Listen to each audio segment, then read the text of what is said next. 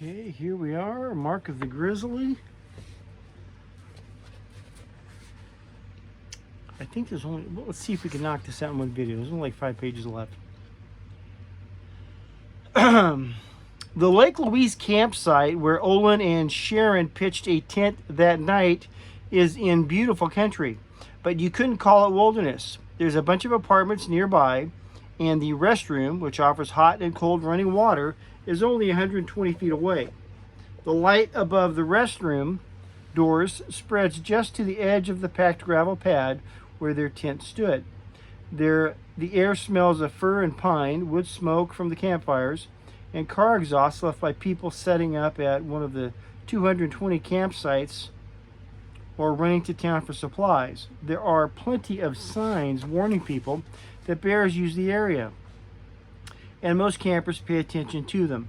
Coolers left outside, strewn garbage, and dirty campsites that draw bears are rare enough to attract attention and frequently a ticket from a patrolling warden. I need to tell a story about that at a later point. For most people, screaming and fighting is a natural reaction when something pounces on you in the night. And when it's a bear that's pouncing, it's probably the best thing to do. Bear behavior experts say that in almost all circumstances, trying to fight a grizzly only makes things worse. They see you as a threat to a food supply or to offspring, as something that must be neutralized or intimidated. They usually treat people like they would another bear. Once you cease being a threat, they usually stop punishing you. If they want to kill you, as they very rarely do, they can make very quick work of it. But bear experts also agree that having a bear in your tent is a different circumstance, one that calls for a different reaction. If that happens, it's time to fight. You have done nothing to surprise the bear, threaten it, or incur its wrath. Rather, it has come seeking food in your tent. You should fight using a club or your voice and your hands and feet. These are non-gun campers, I guess. Throw your camera at them. Let's see here.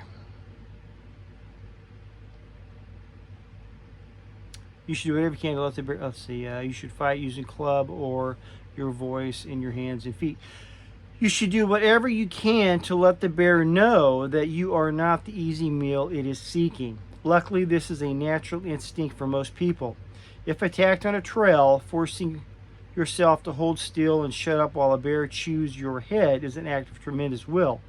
It's not an easy thing to do. When attacked in a tent, when shaken painfully awake, coming up swinging is, for most people, what comes naturally. The grizzly hit 3 tents and 6 people that night. Most of them said they fought back, screamed and yelled.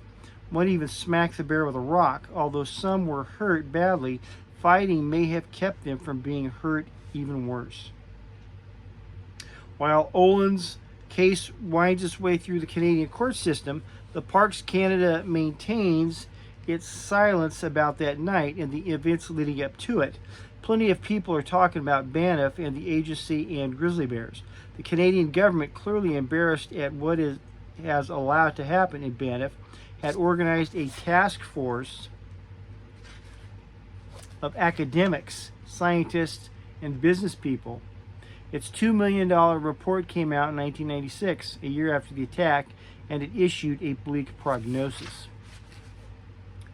Unless we take immediate action, the qualities that make Banff a national park will be lost, the task force said. It recommended no more growth and perhaps shutting down some tourist attractions. If we continue along our present road, Banff cannot remain a national park. In the town of Banff, the city council agrees that town can't grow forever, but the council wants to expand its population by 1/3 and add several 100,000 square feet of retail space. The Bar Owners Association complained that proposed limits on the number of hotel rooms might hurt their business. At Lake Louise, plans are afoot to expand the ski hill and add another 7-story wing to the posh hotel there. Leading Stephen Legal, campaign director for the Alberta Wilderness Association, to describe developments at the lake as a persistent cancer eating away at both Lake Louise's ecological health and the very purpose of national parks. For many people, Lake Louise is little more than good shopping with a beautiful backdrop. More pavement, more fences, and perhaps a second rail line are all in the future. And of course, more stores. In the town of Banff, dickering between the town council and the federal government centers. I messed that up. And of course, more stores. In the town of Banff, dickering between the town council and the federal government centers around how much the town should be allowed to expand. An extra 3,000 people, a few 100,000 square feet of retail space, a million, all question marks. And with more commercial development comes the infrastructure to service its roads, sewage systems, traffic. It all adds up to trouble for grizzly bears and big headaches for the people trying to manage them. One of the thorniest problems is the highway passing through the park. For much of its length, it parallels the Bow River. The road is big, noisy, and intimidating for creatures like bears, especially sows with cubs.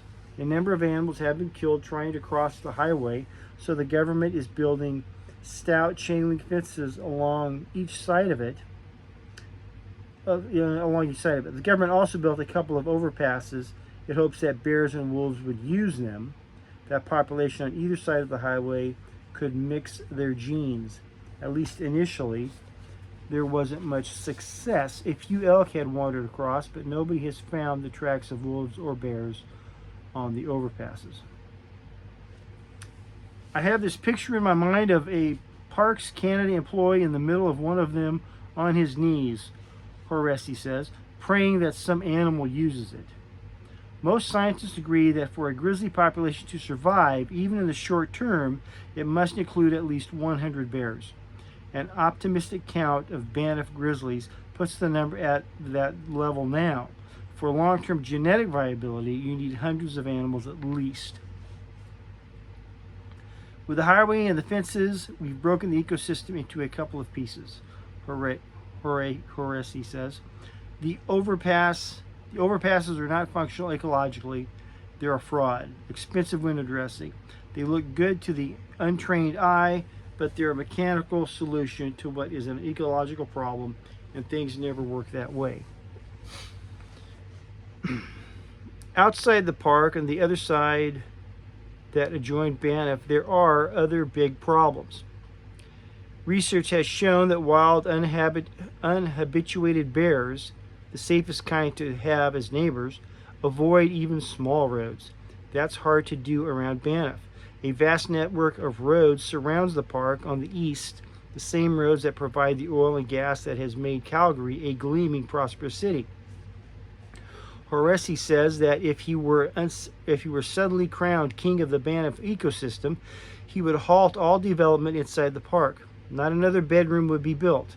He'd close some of the highways. Instead of overpasses a couple 100 yards wide, he'd bury a mile-long stretch of highway every 5 miles. He'd spend a pile of cash buying privately owned developments and closing them.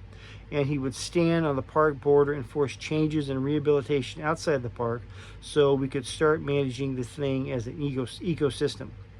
You have to have the idea that this is not an island. It can't function by itself. When you combine everything that's going on in the park with everything that's going on around, my gosh, it's just closing in. It's imploding. Road densities, continued development, the expansion of the oil and gas activities, the big mine they're going to build just out of Jasper Park. But what would really happen if he became king, if he really had the power to make major changes in the way man and beast live and in around his nation's premier park? I'd probably be lynched on the streets in downtown Banff just for saying it, end quote. Survey after survey shows Banff National Park, as it now exists, is not the type of park Canadians want. They prefer things a little more wild, natural, and affordable, places with bears in the woods. So how did all this happen in a place where since 1930 protection of nature has had legal priority over development of commerce. The task force, dominated by academics from Calgary and Edmonton, answered in soft language. It blamed inconsistent application of law and weak political will in the face of a range of interest-based lobbying and a long and tangled history of ad hoc decisions. Horace calls that caving in to the speculators and money grubbers. The commercial and tourist lobby in Banff is exceptionally powerful, he says. He blames a weak central government addicted to tax revenues. Banff generates $230 million a year in taxes, and a system where all the momentum belongs to the developers. Plus, when government and business combine to make bad decisions, there isn't much average Canadians can do about it. He says because the country offers limited access to the courts, the people want to act on behalf of animals. Canada doesn't have an Endangered Species Act or a National Environmental Policy Act. That's surprising.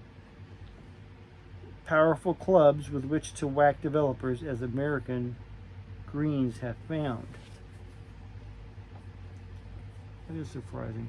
But what can be done about it now? Bring wildfires and floods back to the park, the task force says. Shrink, relocate, or shut down some facilities. Stop stocking exotic fish. Close some roads. Limit hiking and climbing. Make businesses pay more for the privilege of a captive market. And make sure there is adequate funding to do the job right. Horace maintains the suggestions do not go far enough. But even these were about as popular as cockroaches in Alberta, a friendly conservative place with a strong oil and gas-based economy and little tolerance for federal interference in business. The task force, again in soft understatement, predicts constant political tension. Meanwhile, the Parks Canada budget has been slashed. Trying to restore ecological order to Banff will be incredibly difficult and expensive, the task force agreed, and some people will find the process draconian, but the issue is too important to ignore. If this crisis is not resolved in Banff, it will be spread throughout the entire national park system, the task force said. We must find the political will to act decisively in the interest of all Canadians. Americans would do well to pay attention. Whatever. The problems at Banff may dwarf the problems at Yellowstone or Yosemite, but the Canadians are arguing about issues similar to ones that polarize people surrounding American parks.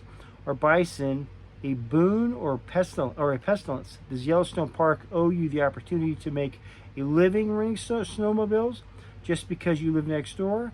Should a national park be a playground or a preserve? It's the nation's park.